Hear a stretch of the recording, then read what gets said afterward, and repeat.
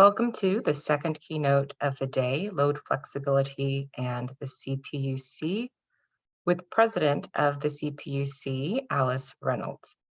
A public servant, even prior to her appointment at the CPUC, President Reynolds served two governors, Governor Newsom and Governor Brown, as senior advisors and as chief counsel for the Cal EPA. She also began her public service career in 2002, serving 10 years as Deputy Attorney General in the California Attorney General's office. Please welcome President Alice Reynolds. Hello, I'm Alice Reynolds, President of the California Public Utilities Commission, and I am honored to participate virtually in CalFlexHub's first annual symposium. I am really looking forward to sharing some thoughts and reflections today. First, I would like to recognize and thank Lawrence Berkeley National Lab and the California Energy Commission for their roles in establishing this innovative hub to support the scaled adoption of load flexible technologies, something that is very much needed in California. The California Public Utilities Commission has long recognized the value and importance of incentivizing load shifting technologies. Now more than ever, with our state's large fleet of renewable resources on the grid, we need load shifting technologies to meet our climate change goals while preserving reliability and controlling costs for ratepayers. So over the past year, there have been a number of new developments at the CPUC that I'd like to talk about today. And these developments will move us even farther towards our decarbonization goals through the development of dynamic prices and standardized signals to unleash the full potential of load shifting technologies. In April 2022, the CPUC adopted the second version of its Distributed Energy Resource Action Plan, which is a blueprint for how to best integrate distributed energy resources into our electric system in an affordable and equitable manner, whether through electric vehicles, building decarbonization, or storage adoption. The initial phase of this plan focuses specifically on improving demand-side resource management through more effective and integrated demand response and retail rate structures, which promote widespread, scalable, and flexible load strategies. Specifically, we've outlined three objectives. First, a goal that by 2025, all utility customer classes have access to multiple rate options, including dynamic and real-time pricing rate pilots. Second, that available rates reflect real-time variant and location-based marginal costs and are transparent, equitable, and aligned with load management standards. And third, in the coming year, the CPUC plans to initiate consideration of proposals to ensure that customers, technology vendors, and third-party service providers have access to pricing information for a wide range of rates through a universal access pricing platform.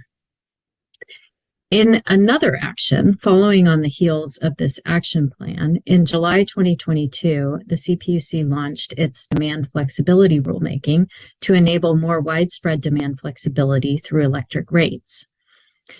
The first phase of this rulemaking includes a number of actions to support this objective. The rulemaking will adopt and implement an income-graduated fixed charge pursuant to Assembly Bill 205. This new rate structure design will more equitably allocate and recover fixed costs by lowering volumetric charges, which will encourage greater electrification. Additionally, the demand flexibility rulemaking will consider retail dynamic rates to support California's electrification goals. This process will include looking at designing opt-in rates that cross load-serving entities, optimizing the ability of customers to plan and manage their own load, including consideration of the different energy needs of different types of customers. And very importantly, it will emphasize and focus on the barriers and needs of low-income and disadvantaged communities. Another critical element of the demand flexibility rulemaking is that it will facilitate IOU compliance with the California Energy Commission's load management standards amendments, which the CEC adopted this past October, October 12, 2022.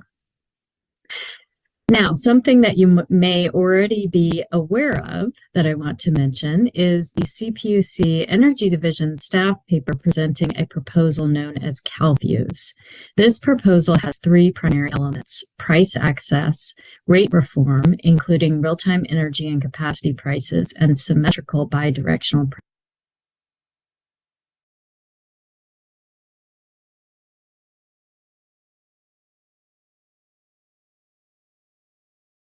prices, and basic and advanced subscription options for managing bills and optimizing energy use.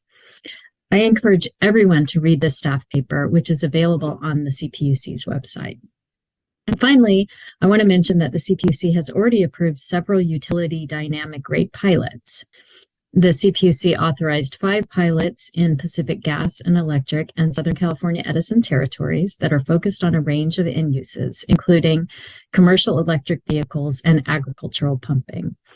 All of these pilots incorporate marginal energy costs and marginal generation capacity costs, and 3 of the 5 also incorporate marginal distribution capacity costs. These pilots will provide valuable data points and best practices for everyone to consider as parties propose long-term approaches to dynamic price signals for load flexible technologies. So with that, I would like to thank you again for this opportunity today to present the work underway at the CPUC to support load flexibility. And concurrently with our work, I'm also very much looking forward to seeing the work that emerges from CalFlexHub. Thank you, and I wish you all the best for a successful symposium.